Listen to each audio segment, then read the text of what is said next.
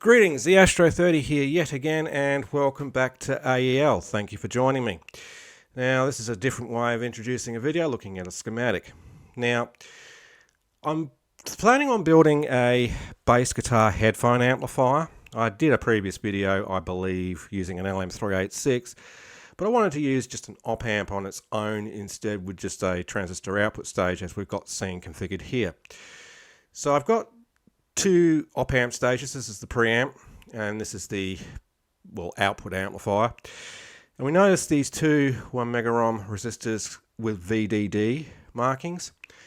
These are the bias points to bias both pin 3 and pin 5 to the halfway voltage point of the power supply, which comes up with this point up here. So this is our power supply with a wrong way protection diode, smoothing capacitor, and a voltage divider here, which provides our halfway voltage point here, VDD.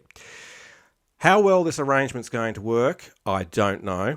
I have to test it. Now, I've simulated it in Tina, and it seems to work, but I can't guarantee that it's going to physically work.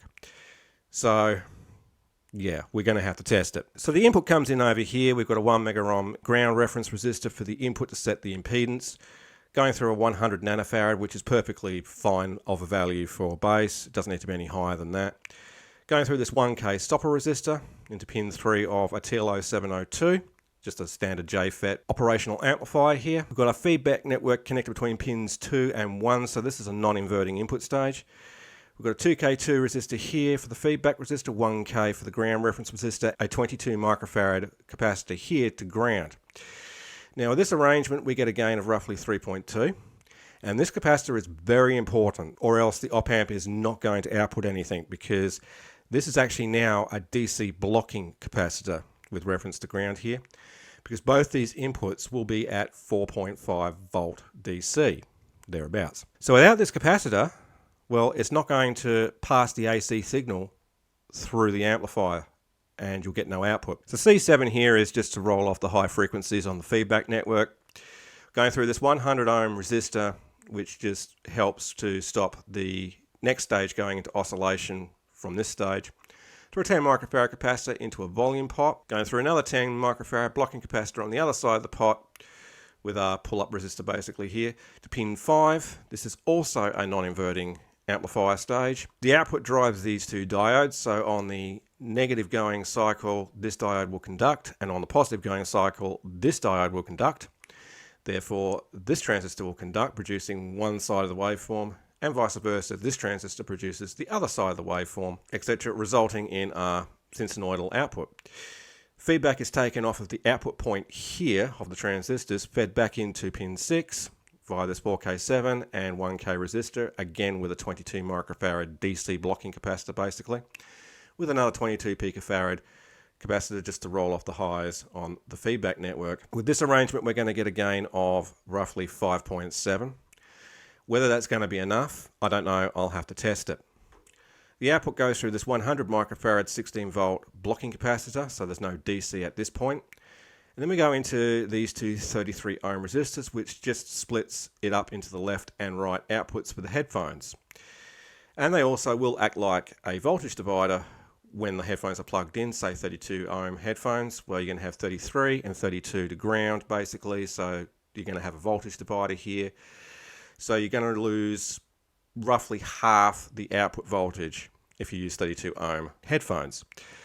But that's fine. If this stage has enough gain in it, then that's not going to really matter. Got a 10 ohm and a 100 nanofarad capacitor to ground, and that's just forming a Zobel network. And I've just realized Q2 is drawn incorrectly. This is backwards. The emitter should be up here and the collector down there. Oops.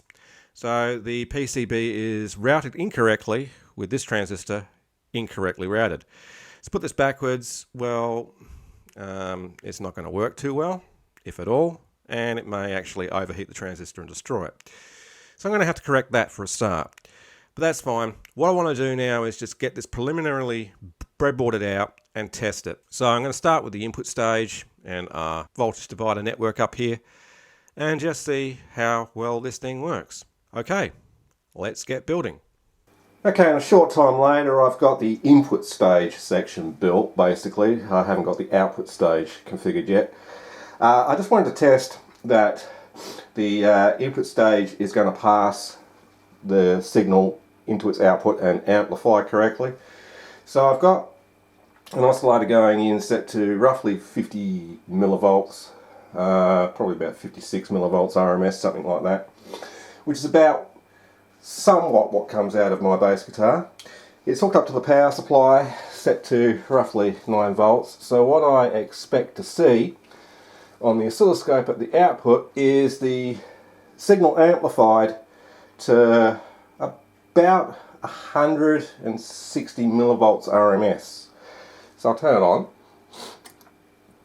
Got an LED that lit up, and that's the output on the scope. And as we can see, we've got 179 millivolts roughly RMS. So if I just quickly move the probe to the input and we have a look at what's going into the circuit, we've got about 56 millivolts. So that's fine. So that's amplifying the signal at a ratio of roughly 3.2. I also didn't have any 22 picofarad capacitors, so I'm using a 33 instead. It's just going to slightly change the dynamics of the circuit, but not much to worry about. Now I guess I will move on to building the output stage. Okay, the output section is now done, and I've got the output loaded with a 33 ohm resistor there, as it would be if connected to headphones. It should work up to 64 ohm. I don't see any reason why not. I have corrected the issue of the schematic with the collector and emitter on Q2 being back to front. I'll just have to correct the PCB because it's routed incorrectly and the circuit will not function. But I haven't had the board manufactured yet anyway, so it's not a real issue. Also, again, I'm using a 33 picofarad capacitor across the feedback resistor because I don't have a 22. Again, it's going to change the circuit characteristics slightly, but not too much to worry about. So now I'll turn it on and see if any magic smoke comes out of anything. No. Yeah, alright, interesting. With 56 odd millivolts going in from the oscillator, the two stages aren't connected together, I've got 157 millivolts coming out. Now, it should be a gain of 5.7, but that does not equate to 5.7. Also, I noticed another little issue, that when you power on the circuit, well, it doesn't do it now. I'll turn it off and I'll let it sit there for a few seconds so everything's discharged. Turn it on. See how that comes up really slowly like that? That is weird, and I'm not sure why it is doing that. It's just completely odd. But anyway, it is working, but I am kind of interested about that gain. That doesn't seem right. That looks like it's only given me... Well, I'm forgetting one thing. It's actually loaded. So if I unload the circuit, we'll see what the output is unloaded. Well, came up a little bit. It's still touching, that's why. Put it there. Yeah, that's a bit more like it. Okay, yeah, we're going to lose a little bit of gain, obviously, when we load the circuit. But the turning on situation is kind of odd. And by that I mean when you turn it off and then you turn it on, it takes a while for it to come up. And it shouldn't, unless it's just the way that the biasing is being shared between the two 1 mega ohm resistors. Could be. I didn't say it was the greatest design in the world, so unload it, turn it on, and yeah, it does that.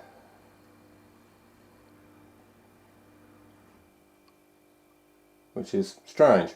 But anyway, so it is working as a amplifier, for want of a better term. It's just exhibiting weird behaviour, that's just the only thing. But what I should do is now include a volume pot between the output of the input stage to the input of the output stage, so we can actually control the volume Well, I have a potentiometer wired in between the output of the input stage and the input of the output stage. However, I've got two problems, which is always the way. So I'll turn it on. We don't appear to have an output, so there it goes. That's the original issue I had. But we don't have a lot of gain. And secondly, that's the pot's fully rotated clockwise, by the way. And secondly, if we wait a while, we'll start to see the signal collapse, which is a big problem. And, well, I 100% know the reason why, and this could also attribute to why there's a lag when it turns on, and also why we've got a lack of gain. And I'll explain it in a minute whilst we're waiting for this to, there it goes, let's see how it's starting to collapse. And then the signal will completely bugger off altogether. That's because of the biasing arrangement. There it goes, completely dead. So I'll turn that off now. There's two 1 mega ohm resistors between pin 5, 3 and the halfway voltage point over here.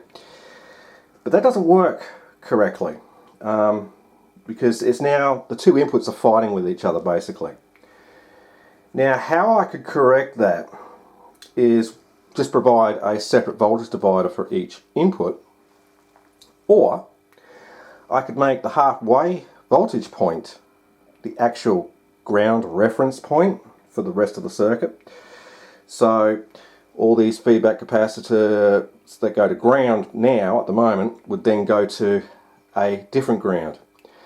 So it just means reconfiguring the circuit.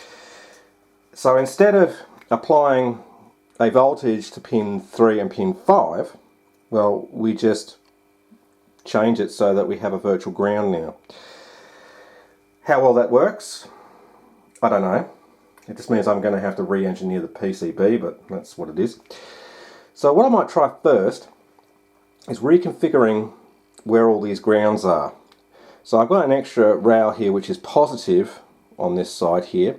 So I can make that the floating ground point basically, is what I'm trying to say. So what I mean is we've got our positive rail. We're going through a 100k resistor there. We're going through another 100k resistor to the actual ground or COM. And this is our takeoff point of this voltage divider.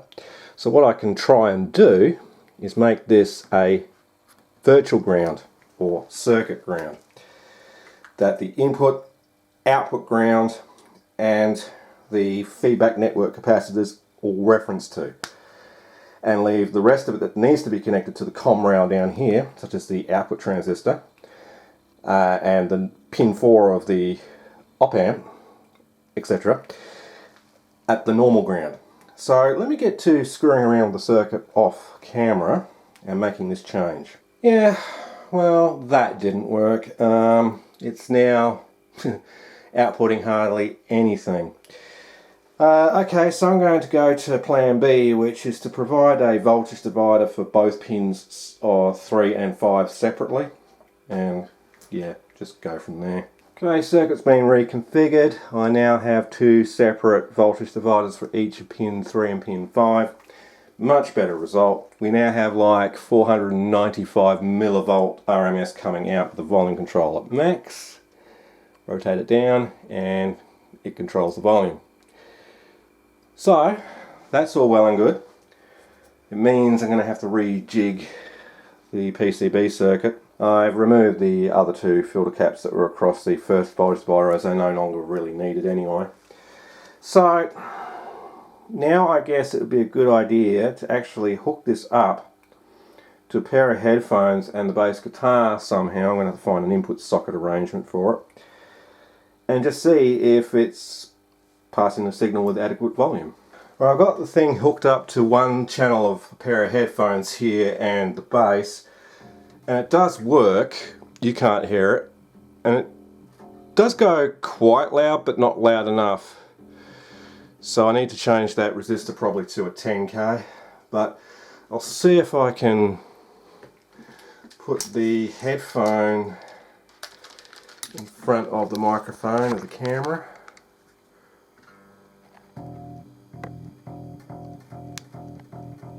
I don't know if you could hear that, but yeah, it is working and it's clean. So I'm not worried about that, and it does sound alright, frequency response wise.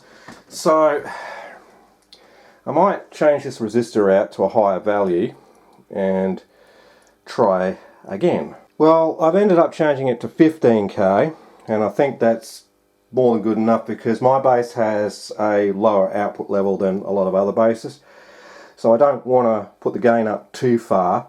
So that's giving us an output side gain of 16, which I think is good enough.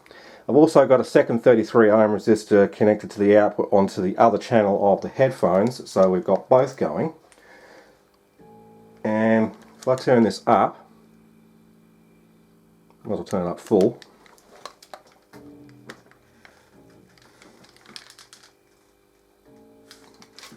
I don't know if you can hear that.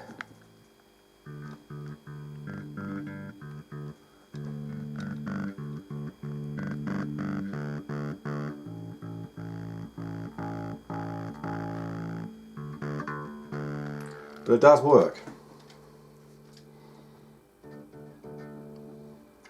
And it is starting to distort, so it is pretty loud. Yeah,